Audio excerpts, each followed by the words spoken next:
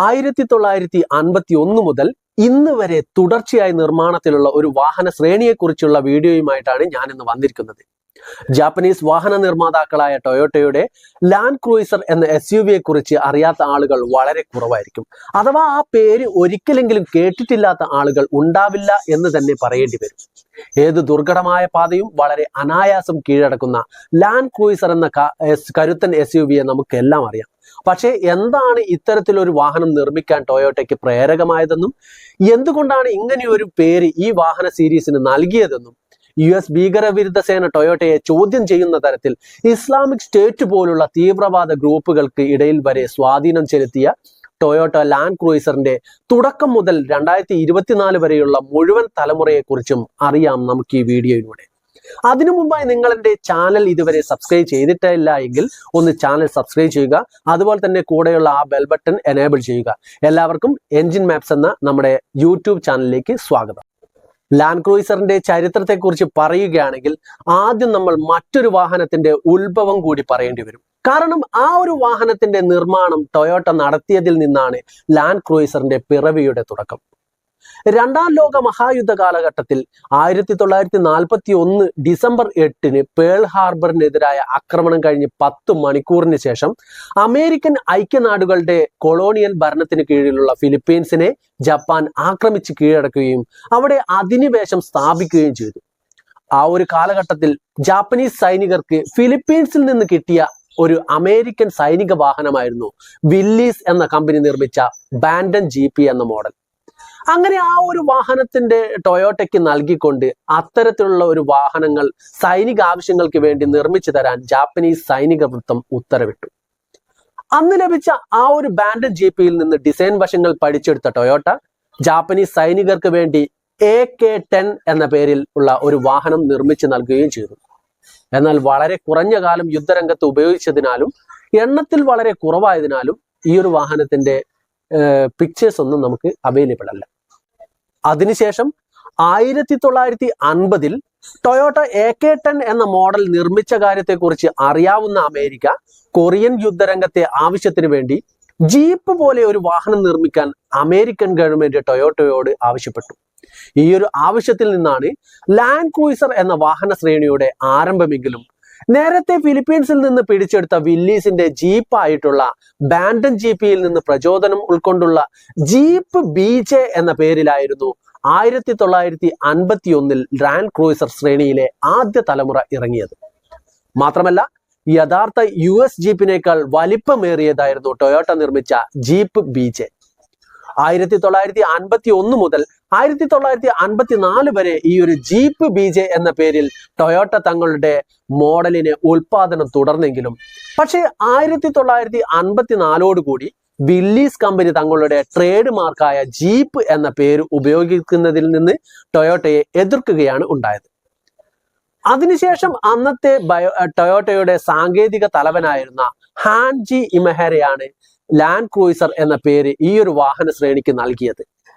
Land cruiser എന്ന ഈ ഒരു പേര് കണ്ടെത്തിയതിന് പിന്നിലും മറ്റൊരു കഥയുണ്ട്. ആ കാലത്ത് ഇംഗ്ലണ്ടിൽ ഈ ഒരു ടൊയോട്ടയ്ക്ക് എതിരായിട്ടുള്ള മുഖ്യ എതിരാളിയായിരുന്നു ലാൻഡ് റോവർ. ലാൻഡ് റോവറിലെ റോവർ എന്ന വാക്കിന്റെ അർത്ഥം ഒരു പരിധിയിൽ മാത്രം ഒതുങ്ങി നിൽക്കാത്തയാൾ എന്നതായിരുന്നു. മാത്രമല്ല ആ ഒരു വാക്കിനോട് 100% നീതി പുലർത്തുന്നതായിരുന്നു ലാൻഡ് റോവർ വാഹനങ്ങളുടെ പ്രകടനം. അതുകൊണ്ട് തന്നെ ഇതിനൊരു മറുപടി എന്നോണം ഏതൊരു പ്രതലത്തിലും മികച്ച പ്രകടനം കാഴ്ചവെക്കാൻ ശേഷിയുള്ള തങ്ങളുടെ വാഹന ശ്രേണിക്ക് ലാൻഡ് ക്രൂയിസർ എന്ന പേരാണ് ടൊയോട്ടയുടെ തലവൻ നൽകിയത്. ക്രൂയിസർ എന്നാൽ സർവ്വസന്നാഹങ്ങളോടും കൂടിയ യുദ്ധക്കപ്പൽ എന്നാണ് അർത്ഥം. ക്രൂയിസ് കപ്പലും ക്രൂയിസർ കപ്പലും രണ്ടും രണ്ടാണ് കേട്ടോ. ക്രൂയിസ് കപ്പൽ എന്ന് വെച്ചാൽ നമ്മൾ ഒഴിവുകാലം ആസ്വദിക്കുന്ന നമ്മുടെ അത്യാഡംബര യാത്രാ കപ്പലാണ് ക്രൂയിസ് കപ്പൽ. അങ്ങനെ 1955 മുതൽ ടൊയോട്ട തങ്ങളുടെ ഈ ഒരു വാഹന ശ്രേണിക്ക് ലാൻഡ് ക്രൂയിസർ എന്ന പേര് ഔദ്യോഗികമായി നൽകി. ലാൻഡ് ക്രൂയിസറിന്റെ രണ്ടാം തലമുറയെ പുറത്തിറക്കിക്കൊണ്ടായിരുന്നു ലാൻഡ് ക്രൂയിസർ എന്ന പേരും പുറത്തിറക്കിയത്. എന്ന് മാത്രമല്ല രണ്ടാം തലമുറയുടെ ഈ ഒരു വാഹനം മുതൽ ലാൻഡ് ക്രൂയിസർ ശ്രേണിയിലെ വാഹനങ്ങൾക്ക് J എന്ന മോഡൽ നെയിമും നൽകി. അങ്ങനെ 1955 ടൊയോട്ട ലാൻഡ് ക്രൂയിസർ J20 എന്ന പേരിൽ രണ്ടാം തലമുറ പുറത്തിറങ്ങി. കയറ്റുമതി ചെയ്യുക എന്ന കാരണത്താൽ കൂടുതൽ സിവിലിയൻ അപ്പീൽ നൽകിക്കൊണ്ടായിരുന്നു J20 രൂപകൽപ്പന ചെയ്തത്. ടൊയോട്ടയുടെ ടൈപ്പ് എഫ് എഞ്ചിൻ ഉപയോഗിക്കുന്നതിനാൽ ഇതിനെ FJ എന്ന രീതിയിലും ഉപയോഗിക്കാറുണ്ട്. 1955 മുതൽ 1960 വരെ ജപ്പാനിലും 1958 മുതൽ 1968 വരെ ബ്രസീലിലും J20യുടെ ഉൽപാദനം നടത്തിയിരുന്നു. 2 door soft top, 2 door hard top, 2 door pickup truck, 5 door station Wagen എന്നിങ്ങനെയുള്ള പല ബോഡി ടൈപ്പിലും നിർമ്മിക്കപ്പെട്ട ഈ ഒരു മോഡലാണ് ടൊയോട്ടയുടെ ഖ്യാതി ഉയർത്തിയാൻ തുടങ്ങിയത്. ഓസ്ട്രേലിയ, അമേരിക്ക എന്നിവിടങ്ങളിലേക്ക് കയറ്റി അയച്ചവയ്ക്ക് ശേഷി കൂടിയ തരം 3.9 ലിറ്റർ പെട്രോൾ എഞ്ചിൻ നൽകിയപ്പോൾ ബ്രസീലിൽ വിൽപ്പന നടത്തിയവയ്ക്ക് മാത്രം മെഴ്സിഡസിന്റെ ഡീസൽ എഞ്ചിനായിരുന്നു ഉപയോഗിച്ചിരുന്നത്. അവിടെ ഇതിനെ ബാൻഡേറാൻഡെ എന്ന പേരിലായിരുന്നു അറിയപ്പെട്ടിരുന്നത്. 1960 ലാൻഡ് ക്രൂയിസറിന്റെ 3ാം തലമുറയിലുള്ള J40 അല്ലെങ്കിൽ FJ40 എന്ന സീരീസ് പുറത്തിറങ്ങിയത്. അമേരിക്കയിൽ ഏറ്റവും ജനപ്രീതി നേടിയ ലാൻഡ് ക്രൂയിസർ മോഡലായിരുന്നു FJ40 എന്ന J40. ആദ്യമായി ടൊയോട്ടയുടെ സ്വന്തം ഡീസൽ എഞ്ചിൻ അവതരിപ്പിച്ചതും ഈ ഒരു മോഡലിലായിരുന്നു. മാത്രമല്ല, ലാൻഡ് ക്രൂയിസർ എന്ന വാഹന ശ്രേണിയുടെ ആകെ വിൽപ്പന 3 ലക്ഷം കവിഞ്ഞതും ഈ ഒരു J40യുടെ കാലത്തായിരുന്നു. 1960 മുതൽ 1984 വരെ ഈ ഒരു മോഡലിന്റെ ഉൽപാദനവും നടന്നിട്ടുണ്ട്. പിന്നീട് പല സമയങ്ങളിലായി FJ40യുടെ hard top, FJ45 station wagon, FJ45 pickup എന്നിവയെ കമ്പനി പുറത്തിറക്കിയിട്ടുണ്ട്. ഈ ഒരു FJ40യുടെ ബോഡി സ്റ്റൈലും ഹെഡ്ലൈറ്റ് ഡിസൈനും പുതിയൊരു ലാൻഡ് ക്രൂയിസറിൽ വന്നിട്ടുണ്ട്. അത് ഏതാണ് എന്ന് അറിയാവുന്നവർ അതൊന്ന് കമന്റ് ചെയ്യണേ. അതേ കാലഘട്ടത്തിൽ തന്നെ 1967 4ാം തലമുറയിൽപ്പെട്ട J50 സീരീസ് പുറത്തിറങ്ങിയത്. ഈ ഒരു സീരീസിലുള്ള FJ55നെയും ഒരു സ്റ്റേഷൻ വാഗണായിട്ടാണ് ടൊയോട്ട അവതരിപ്പിച്ചത്. FJ55G, FJ55V എന്നിങ്ങനെയുള്ള 2 മോഡലുകളായിരുന്നു ലാൻഡ് ക്രൂയിസർ സീരീസിലെ യഥാർത്ഥ സ്റ്റേഷൻ വാഗണുകളായി മാറിയത്. പൂർണ്ണമായും അടച്ച രീതിയിൽ പിന്നിൽ ടെയിൽഗേറ്റ് പോലും ഇല്ലാതെ നിർമ്മിച്ച ഈ ഒരു 4 ഡോർ മോഡലിനെ അയേൺ പിഗ് എന്നായിരുന്നു വിശേഷിപ്പിച്ചിരുന്നത്. 1967 മുതൽ 1980 വരെയാണ് ലാൻഡ് ക്രൂയിസർ J55 നിർമ്മിച്ചത്. അതേ സമയത്ത് തന്നെ 1980 5ാം തലമുറ മോഡലായ J60 സീരീസ് വരുന്നത്. 1980 മുതൽ 1990 വരെ ഒട്ടുമിക്ക വിപണികളിലും നിർമ്മിക്കപ്പെട്ട ഈ ഒരു സീരീസ് 1992 വരെ വെനസ്വലയിൽ ഉൽപാദനം നടത്തിയിരുന്നു. 5 മുതൽ 8 ആളുകൾക്ക് വരെ ഇരിക്കാൻ കഴിയുന്ന 4 ഡോർ സ്റ്റേഷൻ വാഗണായിരുന്നു FJ60. പെട്രോൾ, ഡീസൽ വേരിയന്റുകളിലും മാനുവൽ ഓട്ടോമാറ്റിക് ട്രാൻസ്മിഷനുകളിലുമാണ് FJ60 പുറത്തിറങ്ങിയത്. ആധുനിക സൗകര്യങ്ങളോടുകൂടിയ ലാൻഡ് ക്രൂയിസർ എന്നതിനോടൊപ്പം സുഖപ്രദമായ സീറ്റുകൾ, എയർ കണ്ടീഷൻ എന്നിവയും ഇതിലുണ്ടായിരുന്നു. പിന്നെ ലാൻഡ് ക്രൂയിസറിന്റെ 5ാം തലമുറ വന്ന് 4 വർഷങ്ങൾക്ക് ശേഷം 1984 6ാം തലമുറയിൽപ്പെട്ട J70 സീരീസിനെ പുറത്തിറക്കി. മാത്രമല്ല, ഇതേ വർഷം തന്നെയായിരുന്നു J40 സീരീസിന്റെ ഉൽപാദനം നിർത്തിയത്. Soft top, hard top, fibre reinforced plastic top, utility, cab chassis, troop carrier എന്നിങ്ങനെയുള്ള പലതരം ഫേസ് ലിഫ്റ്റുകളും J70 സീരീസിൽ അവതരിപ്പിക്കപ്പെട്ടിട്ടുണ്ട്. ആധുനികമായ ബാഹ്യരൂപകൽപ്പനയുമായി ഇറങ്ങിയ ഇതിനെ 4 വീലിലും കോയിൽ സ്പ്രിംഗ് സസ്പെൻഷനും ഉണ്ടായിരുന്നു. അക്കാലത്ത് ടൊയോട്ടയുടെ പുതുതലമുറ എഞ്ചിൻ ലഭിച്ച ഈ ഒരു മോഡലിൽ നിന്നാണ് ആദ്യമായി ലാൻഡ് ക്രൂയിസർ പ്രാഡോ എന്ന വകഭേദം ഉണ്ടായത്.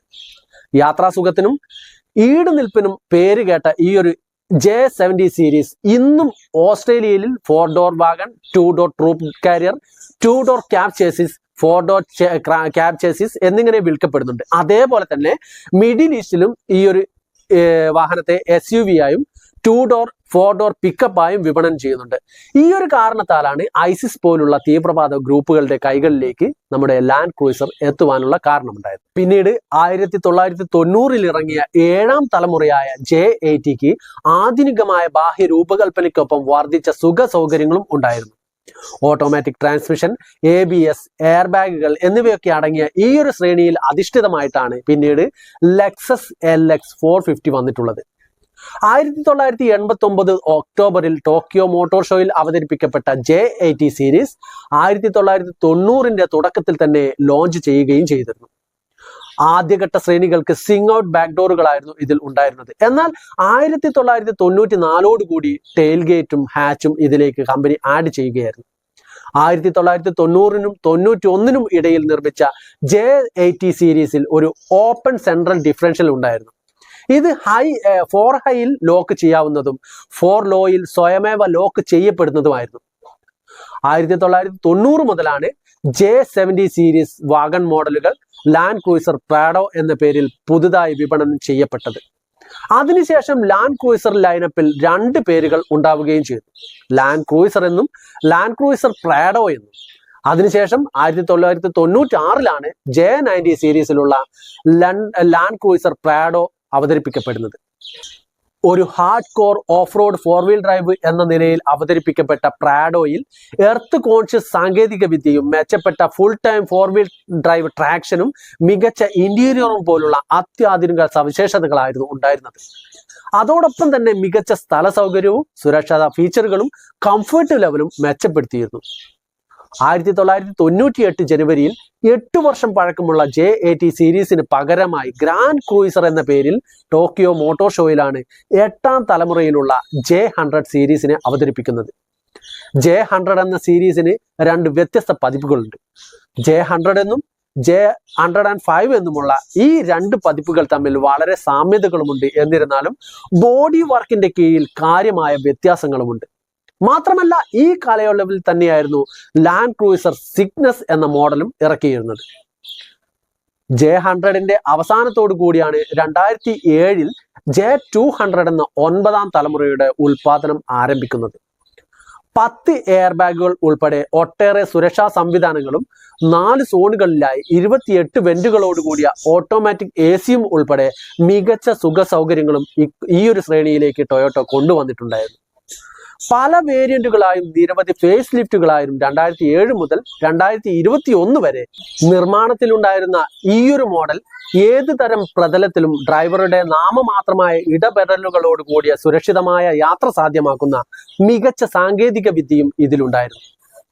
2021 ജൂണിൽ കുവൈറ്റ് വിപണിയിലാണ് 10ാം തലമുറയായ ലാൻഡ് ക്രൂയിസർ J300 എന്ന മോഡൽ അവതരിപ്പിക്കുന്നത്.